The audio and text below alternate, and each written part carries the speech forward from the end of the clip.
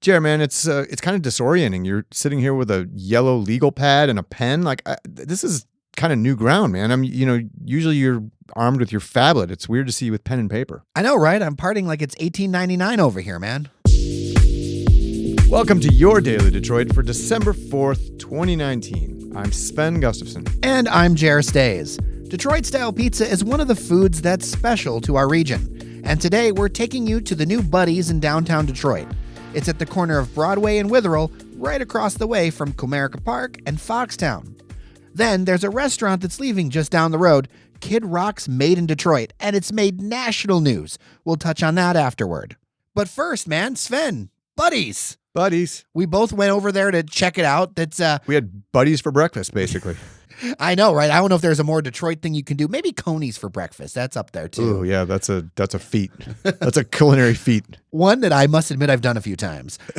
Regardless, this is a beautiful space. It's actually in the old Angelina Bistro. Italian bistro, right. Yeah, right there on the corner there. There's a cool marquee because that actually used to be the Madison Theater, which is no longer a theater. It's going now way back in that Detroit time machine. Oh, super far back. It's now kind of like a hive for a bunch of Dan Gilbert companies. I think Twitter has an office upstairs. A bunch of startup techie companies, yep. Yep, absolutely. They're changing paradigms and boiling the ocean. Right across the street from Grand Circus Park. Right. It's a beautiful location. Yeah. And some of the details that they were talking about are just great. Like more than 200 seats. You've got a patio that they're going to be opening up. That wide sidewalk over there is great for that. They're going to open that up. I'm kind of excited about this. What were your first thoughts when you came in there? Oh, the place looks great. Doesn't look like most other Buddy's locations. I mean, I've only been to a couple, but it definitely kind of breaks the template, I would say. Much more kind of an raw industrial kind of vibe in there, I guess. A lot of exposed brick and cement surfaces and kind of like some interesting metal fencing, almost kind of like in there. And they did a nice job. Nice, yeah. Yeah, and they include a lot of little tips. So one of the things I liked was the floor has tiles that say 6 Mile and Conant on them. Oh, I did not catch that. That is right cool. by the bar, which is a really nice touch. They've got quite a few beers on tap. That's another thing to mention. They actually serve booze. That's the location, 6 Mile and Conant of their original location. Right. Yeah, yep. They got bar taps. They've got a lot of things in there where you're like, oh, this is going to be a nice place. And I think it's something where they're in a great position considering what they're doing and where they're at because they've got to have a grab and go menu, all that kind of stuff. That place should clean up. I mean, it's also, don't forget, it's right down the street from Comerica Park, walking distance to Little Caesars Arena, Ford Field. Yeah, I mean, it's... And with all of this, the buzz about Detroit-style pizza nationally now, it's kind of crazy that we haven't had one of the big chains known for Detroit-style pizza downtown. Yeah, well, that was one of the questions that I asked the new CEO of Buddy's, Burton Heiss, all about in this interview that's coming up right now. All right, so Mr. Heiss, thanks for inviting us down to Buddy's brand new location here in downtown Detroit. Nice looking place you guys put together here. Yeah, we are very excited about it. Really proud of, first of all, to be back in Detroit. It's been 70 plus years since we opened a location in Detroit. That was at Conant and 6 Mile, the original Buddy's. So 70 years later, to be back downtown, to be a part of the excitement, growth, the development that is happening here, to bring a legacy brand here is truly exciting, and we're very proud. Right. Buddy's, of course, is synonymous with Detroit-style pizza. You guys kind of invented it. Maybe not the term so much, but you invented what became known as Detroit-style pizza. How is it that, given that history, that there has never been another location in the city? It took this long. You guys are what now, 60? 70 plus. 70 plus years. Yeah, it's a great question. I don't know that there's a obvious or easy answer. This is location number 16. That's not a ton of growth over that amount of time. Perhaps it's serendipity and it's just timing. I think we can all maybe wonder why the city is now evolving, why it's really, I don't want to call it a revival, but some people have used that word. So it's just time. I'm 4 months on the job, so I can't really speak to a lot of the history. I think we're probably a little more focused on today and where we're going. You mentioned this is location number 16. You're in a little bit of an expansion mode nowadays, right? Oh, absolutely. We are very much thinking about how we grow. That said, we want to do it thoughtfully. We're not in a sprint. We're in how do we maintain the core of what's made the brand last for 70 years? How do we stay true to really great, authentic Detroit-style pizza? But yeah, we'd like to introduce more people to Buddy's. We think it's a phenomenal product and a fantastic brand, and it's certainly beloved in the communities that we're in right now, which we're, again, very proud of. So yeah, how do we take this to more people around the region? Well, so talk about that. Like, how are you kind of approaching expansion? I mean, you mentioned that 16 locations in 70 plus years, fairly slow kind of rollout so far. Yeah, so it's about it's about get the people right, get the pizza right, and then the growth is just about where can you find good locations that will support. So right now we've been growing in Michigan. We are beginning to look at adjacent markets in Ohio, in Indiana. Nothing to announce yet. We'll continue to grow locally while also figuring out where we might put a Buddy's outside of Detroit, and figure out how we export what everyone here just knows as their local pizza, but nationally is becoming a trend around Detroit-style pizza. How do we introduce new people to that and help them understand what it is? It seems like Detroit-style pizza is really having kind of a moment. I mean, you're reading about it in national food publications and so forth. That's got to help you in terms of what you're trying to do, right? I think they say imitation is the highest form of flattery, so we're very flattered. But look, it's a great product. When you really look at it, there's lots of regional types of pizza, lots of cities that have their own style. I think Detroit style is unique. The blue steel pans, they get so hot in the oven, that's what it allows the dough to crisp on the bottom and to get that light, fluffy deep dish, but with the crunch in every bite. Getting the cheese from side to side so that it caramelizes along the edge of that black pan is super unique, and so I think it's a really good product that isn't just a trend or a fad. I think it's something that people will be looking forward to. You sound like a guy who eats a lot of pizza.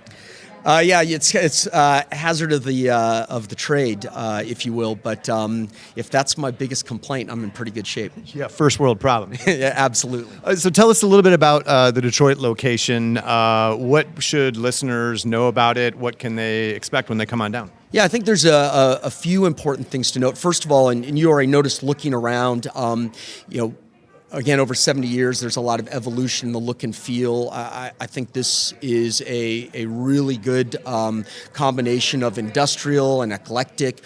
Being in the Madison building allowed us a lot of opportunity to expose some of the bones of the building with the brick and the exposed concrete. So very excited about the look that we have here. We are introducing a sort of modified carryout.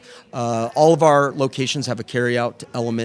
We're calling this Buddy's by the Square. This will allow, whether it's people on a downtown lunch break or I'm looking straight into Comerica Park from here, going to the Tigers game, to come in, grab a couple squares of Buddy's, grab a Italian hoagie and a soda, and eat that on the run or at one of our stand-up rails in that area. So that's quite a new element for us as well. We do have a new menu rolling out down here. It is largely the same as what you have at your local Buddy's.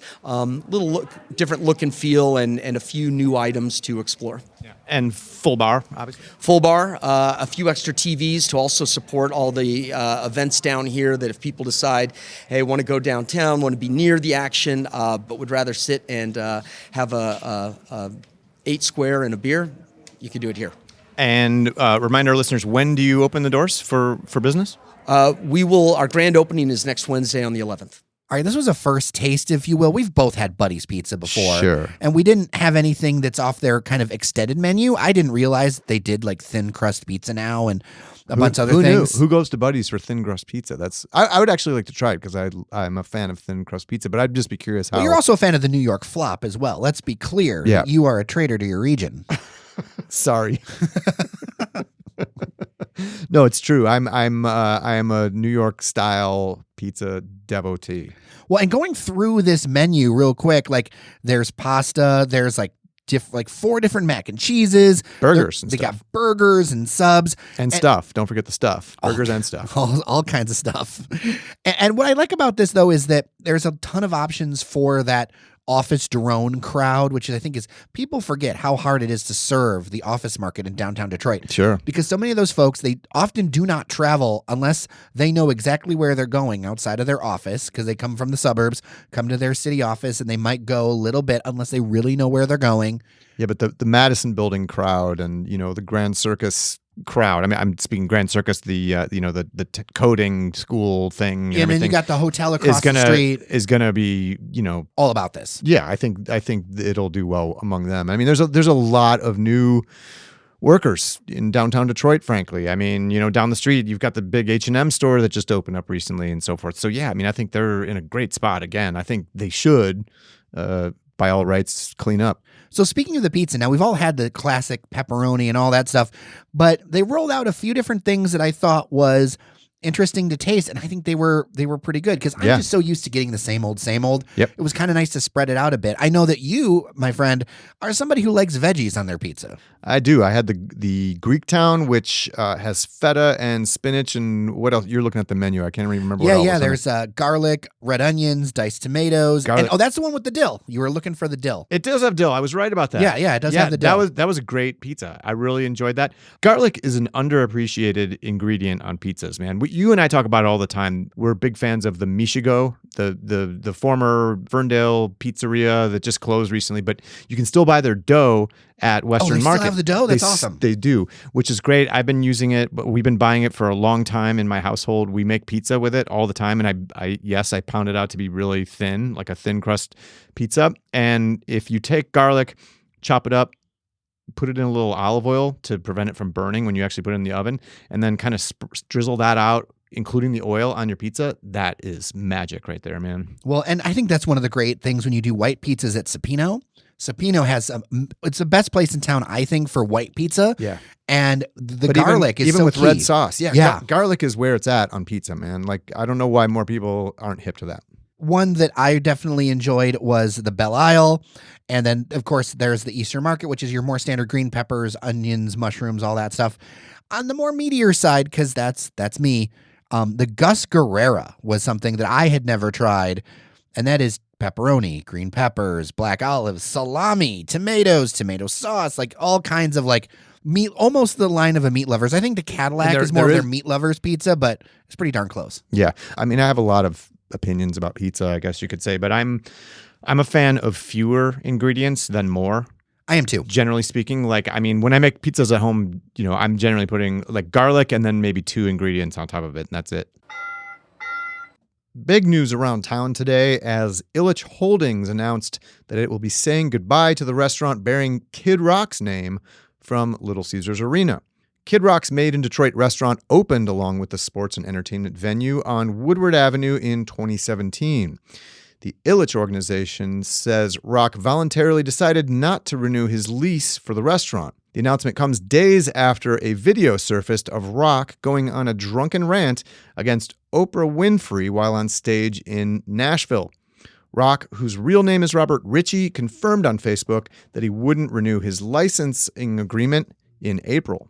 Quote, I appreciate all who have patronized our place and still have much love for the city of Detroit and the people/organizations that I've helped there for years. Black, white, whatever. But learned long ago, go where you're celebrated, not tolerated. I guess the millions of dollars I pumped into that town was not enough. He continues, I may be guilty of being a loudmouth jerk at times, but trying to label me as racist is a joke and actually only does a disservice to the black community, which I have supported my entire life, by trying to alienate myself and many others. He went on to take a swipe at the Reverend Al Sharpton, who founded the National Action Network, an organization that has protested the presence of his restaurant in the past. Rock also listed some of his charitable contributions to organizations in Detroit, and he threw in a, quote, Trump 2020 endorsement. For their part, the Illich organization released a statement in which it said, quote, as our venues are open, inviting, inclusive, and respectful to all, we look forward to bringing on an exciting new concept that aligns with our community and company values. Kid Rock later announced a new record and tour with no sponsors, no label. And he added that he's going to go, quote, the beep off, and that his haters will be shaking in their boots.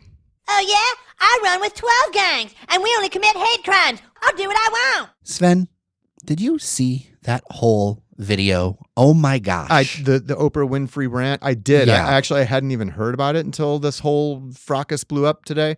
But yes, I saw the rant. He clearly was like liquored out of his pants.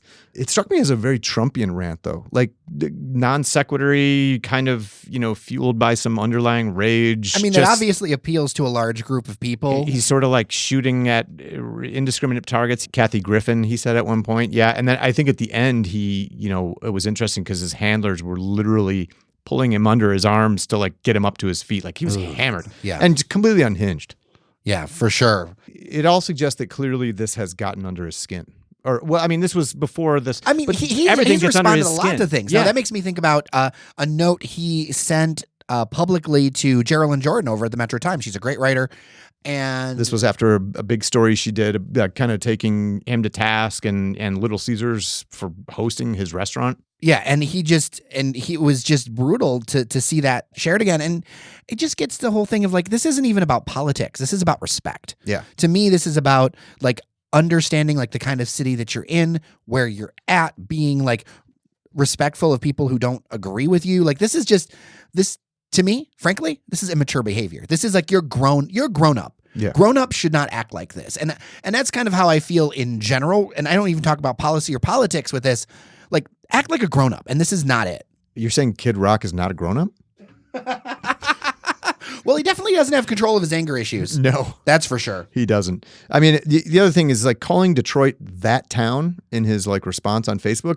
Ugh. I mean, like, I did so much for that town. It like screams like savior complex, like white people savior complex, which is something you do not want to do in Detroit. And it makes me think of those memes with the cat where they're like, I'm from Detroit. And the cat says, Romeo. Well, and this does nothing, right? This does nothing to diminish the allegations that have dogged him that he's a racist. He's been photographed on tour, performing in front of a giant Confederate flag and so forth. I mean, and then he says, I guess pumping millions into that town wasn't enough. I mean, dude, really?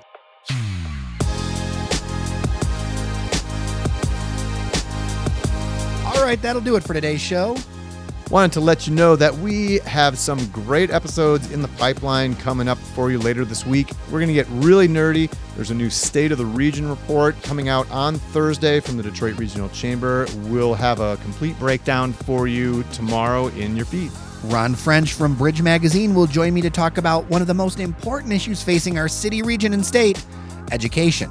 And Jer, what's this? I saw on Instagram you went over to a new bookstore, the new 27th Letter Books over in West Village. How was that? Oh, it's awesome, and I can't wait to share their story. I talked to two of the owners, they're just delightful people. I love to see a bookstore opening up, man. That's great. And then finally, our Randy Walker, he's headed out to the new Longboard. That's Jolly Pumpkin's new concept in Dearborn. We'll have that later as well. Yep, and of course, we will keep you up to date with roundups of what's happening around town. We are a tiny team, but we're trying to do a mix of quick hits and more in-depth pieces. And if you kind of have an idea of what you want to hear more of course, send us an email at dailydetroit@gmail.com. Before we go, just want to give a shout to our members who make this show possible. You can join them at patreon.com/dailydetroit. Just a few bucks a month really helps us out. The show has grown in leaps and bounds, and we're just super grateful to all of you for your support. Thanks a lot. With that, I'm Jer Stays. And I'm Sven Gustafson. Take care of each other, and we'll see you around Detroit. Yes, thank you. I'll recut that. That was terrible. I was like Robo Jer. Yes, thank you. Yes, thank you, indeed.